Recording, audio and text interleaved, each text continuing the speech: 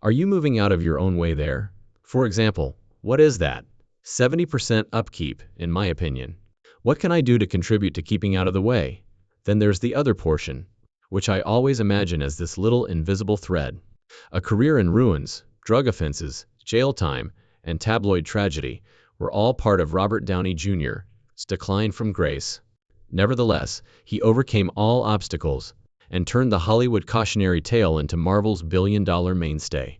Downey examined the most difficult periods of his life in a rare, unguarded 2020 visit on the Joe Rogan Experience, providing insight into the suffering, development, and perseverance that led to his renowned comeback. Finally, Joe Rogan has come clean about Robert Downey Jr. It's also awful. He said something that was very surprising. A perilous drop. At one point, Robert Downey Jr. stood out among the Hollywood prodigies, not only for his extraordinary talent, but also for the promise of something more. He was exposed to acting at the age of 5 by his father, Robert Downey Sr., an avant-garde filmmaker who was born into the business. RDJ grew up in the shadowy areas of bohemian Los Angeles and on movie sets. Art, ambition, and critically acclaimed drugs were all around him. When Downey was just 6 years old, he publicly discussed smoking marijuana with his father, a devastating discovery that now reads more like prophecy than anecdote. The distinction between nurture and destruction was muddled by his early exposure to substance abuse. By the time he was in his teens, using drugs was a ritual rather than a pastime. However, his addiction did not start to spiral out of control until the 1990s. His outstanding portrayal of Charlie Chaplin in the movie Chaplin earned him an Academy Award nomination in 1992. The world appeared to open up before him at the age of barely 27. He was heralded by critics as the next Dyro or Brando. However, beneath the praise from critics was a young man in disarray. The arrests started in 1996. Downey was stopped for speeding on Sunset Boulevard that year. Even seasoned LAPD officers were astonished by what they discovered. Crack cocaine, heroin, and the actor had a .357 Magnum handgun hidden in his vehicle. Several weeks later, while on bail, Downey broke into a neighbor's home and collapsed in one of their beds. High, barefoot, and confused. Eccentricity wasn't the problem. It was proof that the man was unraveling. He was given opportunities by the legal system. Despite community service, probation, and rehab, Downey was unable to maintain his sobriety. He was sentenced to 6 months in the Los Angeles County Jail by a judge in 1997 for failing to appear for required drug testing.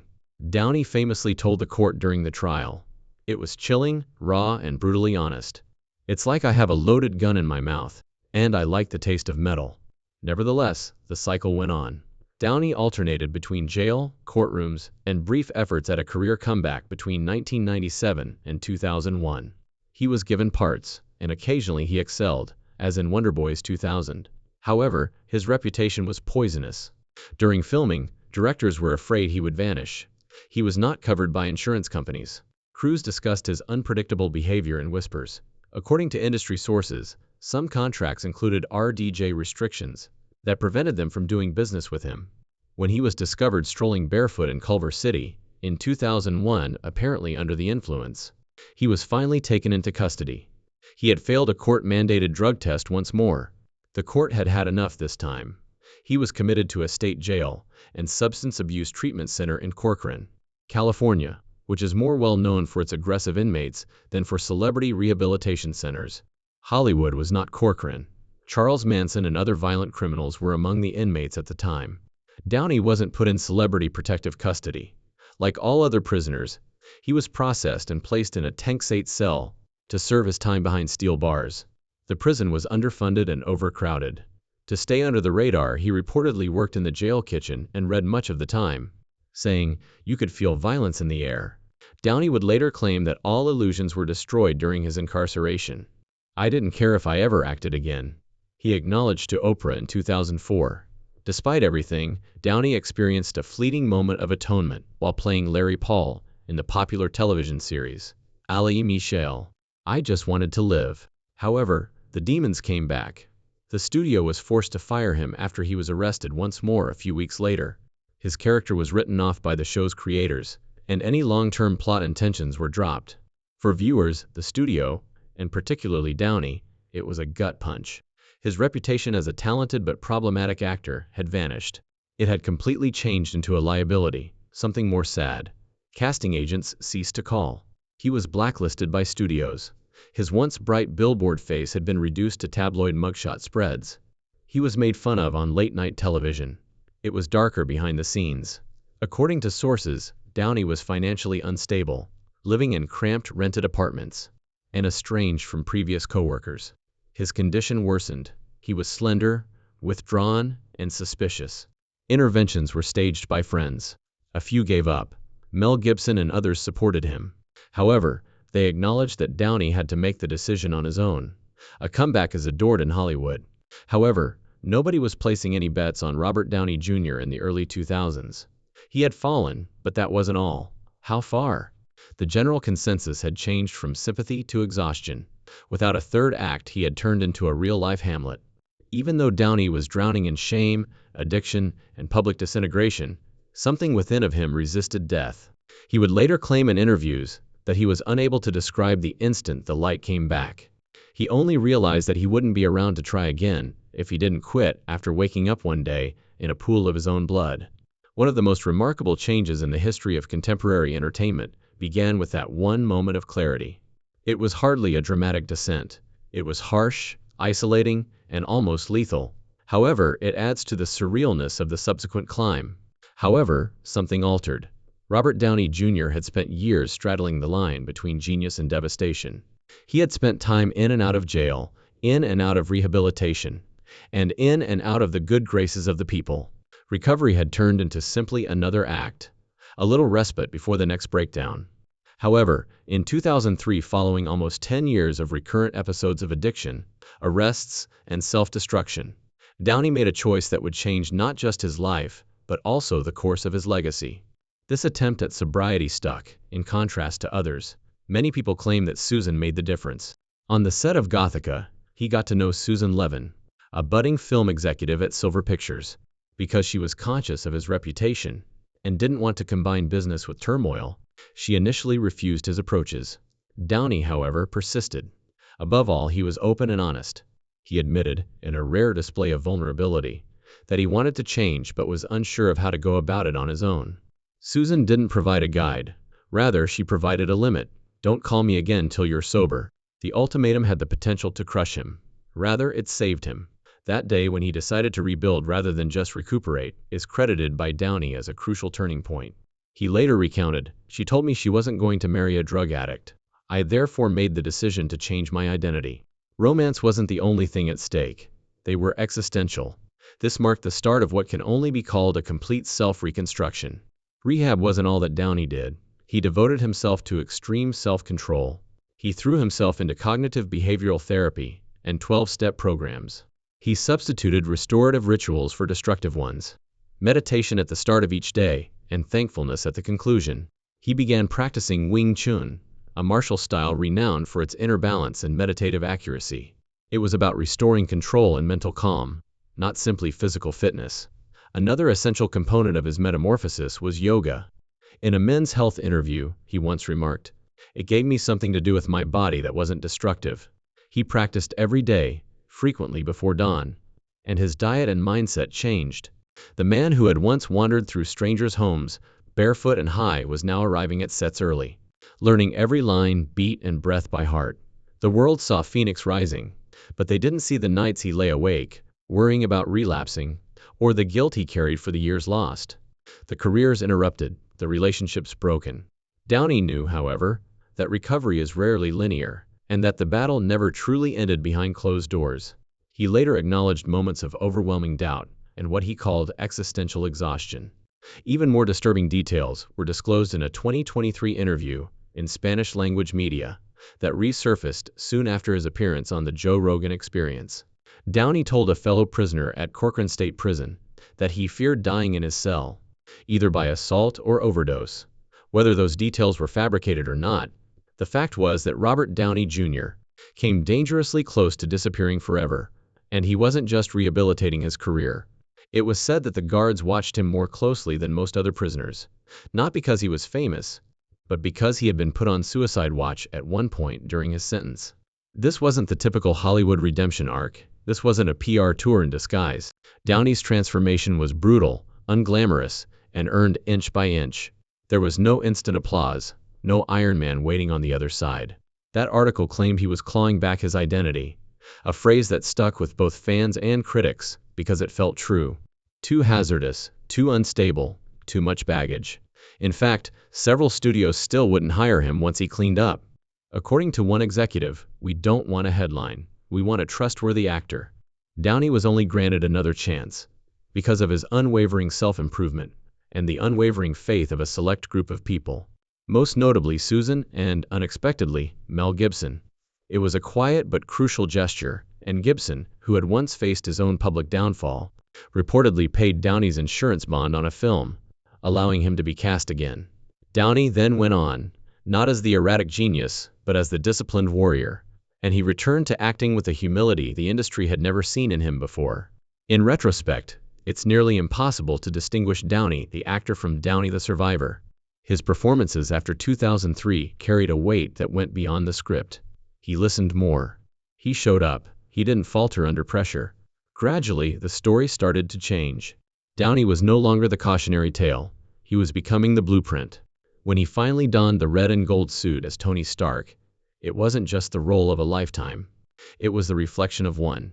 In a sense, recovery wasn't the ultimate goal. In films like Kiss Kiss, Bang Bang, and Zodiac, viewers saw more than just a character. They saw a man who had survived a fire and come out standing, still scarred. The Rogan reveal was reinvention. Fans were anticipating a promotional pit stop, some light Marvel talk, a few jokes, and perhaps a humble brag or two, when Robert Downey Jr. entered Joe Rogan's studio. For episode number 411 of the Joe Rogan Experience, in early 2020. Instead, they were treated to something much more personal. Dressed in his signature mix of casual cool and purposeful modesty, Downey carried none of the ego that once made headlines.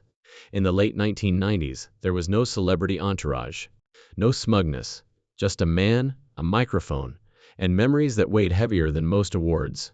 It was a masterclass in emotional restraint and self-awareness from a man who had spent decades rebuilding from the rubble of his former self. Within the first few minutes, the tone was established. Rogan, who is renowned for his lengthy, penetrating questions, approached Downey with a mixture of respect and interest. "You've lived about 4 lifetimes," Rogan joked. Downey did not recoil. Then he jokingly said, "And somehow I'm still paying taxes on all of them." Disarming but conscious. The pivot then came. Downey did not delve into graphic specifics when questioned directly about the most traumatic events in his history, such as the arrests, relapses, and public disintegration, but he also did not back down. He said, "I think I was just trying to disappear," alluding to the late 1990s and early 2000s. There was a momentary silence, full of all he didn't say. Rogan didn't say anything. Downey went on, "I don't think I was trying to die. However, I wasn't attempting to survive either. There is a distinction. It was more than a line. It was a window." Joe Rogan finally told the truth about Robert Downey Jr. at that very time, and it was not good. Because of how damaged the man who created Iron Man had once become, not because of any recent incident. Downey's response to Rogan's question on if he ever thought about giving up for good creatively, physically, or existentially was instructive. He gave a brief, enigmatic laugh. He claimed that you may begin to be honest with yourself once you stop believing your own headlines, whether positive and negative. Even though it was slight, millions of people were moved by that moment. It wasn't an impressive admission. It was a quiet reality, something more disturbing. The story of RDJ has been molded for years by movie posters, mug pictures, and headlines. Rarely did he serve as both Hollywood's most devastating cautionary tale and its golden boy. However, this podcast appearance broke that dichotomy. Previously representing anarchy, the man now discussed responsibility, accountability, and the alluring deception of celebrity myth-making. Robert Downey Jr. was not conceited about his accomplishment, Rogan made plain. Following the release of the episode, fans flocked to social media forums and the YouTube comment section. One user said, "It felt like I was watching Tony Stark without the suit." Rogan himself appeared to be impacted by the discussion, with another commenting, "He's not acting anymore. This is just who he is now, and that's more impressive than any role." There was an almost therapeutic tone to this interview, in contrast to many of his well-known ones. Sitting opposite one another, two men talk about ego, grace, addiction, and masculinity. Hard-won silence and half words, not headlines. There was conjecture surrounding specific instances in which Downey faltered or used his words sparingly. "You know, I think everyone has a version of bottom," Downey said in response to Rogan's remarks about how relatable failure is. For some, it was a subtle allusion to the extent to which his personal devastation had been turned into public property, displayed for amusement, and scrutinized with ruthless interest. Mine just happened to be televised. This event, according to some fans and culture critics, was a watershed in Downey's story rather than his career, which had long since recovered. He had evolved into a sort of older statesman for Hollywood survival stories, not just the comeback youngster, a man whose notoriety was now closely linked to his shortcomings. At a press conference a few months after the interview, Downey was questioned about the experience of being so publicly visible. He gave a measured but moving response. "I spoke enough, but I didn't say everything." He had to. It turned out to be one of Rogan's most re-watched talks of the year. For its startling honesty, not for controversy. It was more than just redemption, addiction, or marvel. It was about identity, about the silent power of a guy who had repeatedly walked away from the edge, and who now sat in front of the world as Robert Downey Jr., unmasked and fearless, rather than Iron Guy. A comeback that Noon saw coming humbled him. The return that no one anticipated. Hollywood had quietly closed the book on Robert Downey Jr. by the early 2000s. In addition to being viewed as untrustworthy, he was also viewed as radioactive, too dangerous to guarantee, too troubled to believe, and too well known for all the wrong reasons. Studios recoiled from the legal baggage, but directors loved his brilliance. His once dominant industry appeared to have moved on, but like recovery, reinvention rarely occurs all at once. Downey's return started with a silent act of devotion, rather than a news story. Mel Gibson was the one who offered a lifeline in 2003. Gibson personally provided the insurance bond needed for Downey to be cast in The Singing Detective, a noir musical drama that few anticipated would cause a stir, after no studio would touch him out of concern for a relapse or a production stoppage. The movie made a statement through the undercurrent of Hollywood, even though it didn't blow the box office away. Downey remained a natural force, albeit one that was now more subdued. Then, in 2005, Shane Black, the writer and director, released Kiss Kiss Bang Bang, a wild and witty neon noir. It was more than just a comeback, despite what some critics said. A reintroduction took place. Not all of Downey's trademark humor and volatility were on display in the movie. It showed how much power he possessed over both. He had stopped flailing. He was intent. Every sarcastic quip and eye twitch seemed justified. The crowd leaned in. However, nothing could have foreseen what happened next. Not even Downey's most optimistic supporters. The Marvel Cinematic Universe was non-existent at the time. Iron Man wasn't a clear A-list property, and Marvel Studios was still a stand-alone entity. Even worse, Robert Downey Jr. was viewed as a galaxy casting risk. At first, Marvel officials objected. Compared to his current movies, Downey's rap sheet was lengthy. The stakes were high. However, the director, Jon Favreau, refused to change his mind. "He's Tony," repeated Favreau. The boldness of the casting was its genius. "We're not casting him despite his past. We're casting him because of it." After nearly destroying himself, Tony Stark, a millionaire playboy, rebuilt his life and body in a cave. It was impossible to overlook the similarities. Downey embodied the role, not just understood him. Additionally, Iron Man not only succeeded but also ignited when it came out. With a worldwide box office receipt of almost $600 million, the movie instantly turned Downey from a Hollywood cautionary story to the focal point of a revolution in filmmaking. Marvel's gamble turned out to be one of the most profitable choices in Hollywood history.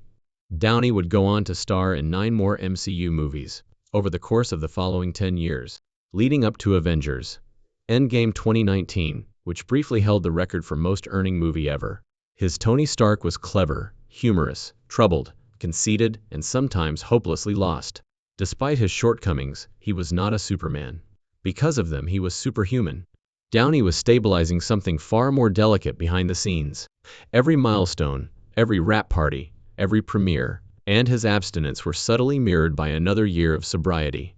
He didn't say anything spectacular about it. He just lived it. He arrived on schedule. He produced. And he suddenly showed up for everything, including himself. In contrast to the man who used to sleep in other people's beds or appear in court wearing a jumpsuit. Iron Man wasn't playing a part. It was an admission. The most noteworthy aspect of Downey's portrayal of Tony Stark is not how well known it became, but rather how intimate it was. Many fans felt that the role was a perfect fit for him.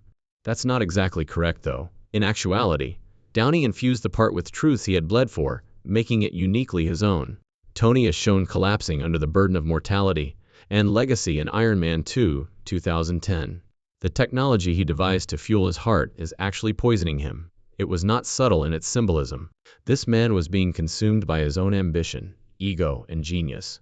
The passages in which Tony slides in public, lashes out at friends, and drinks by himself felt more like memories than narrative. These beats weren't made up. They were echoing emotions. Was it deliberate? Unquestionably, Downey didn't have to envision what rock bottom looked like, though that is still up for argument. He had visited that place. He understood what it was like to lose everything, and to cease receiving calls, to be discussed in the past tense, to gaze at a prison cell's ceiling and wonder how it got to be this way. This is how director Jon Favreau originally stated it. Robert brought a degree of real sincerity to that part that no one else could have. It worked because he was narrating his own story. Over the years, Downey himself made references to it. He would occasionally knowingly smile during interviews when questioned about the role's emotional depth. Tony previously remarked, "My story is about second chances. I have some knowledge of those." Audiences were witnessing more than simply the conclusion of a character arc by the time Avengers Endgame arrived, and Tony Stark spoke the now famous statement, "I am Iron Man," marking the ultimate sacrifice. They witnessed a guy who had revived his profession, taken back his identity, and changed his legacy. It had stopped acting. It was the culmination of suffering, tenacity, and an unwavering dedication to growth. In addition to saving the world on screen, Robert Downey Jr. also saved his own life. He gave the world something much more uncommon than a superhero in the process.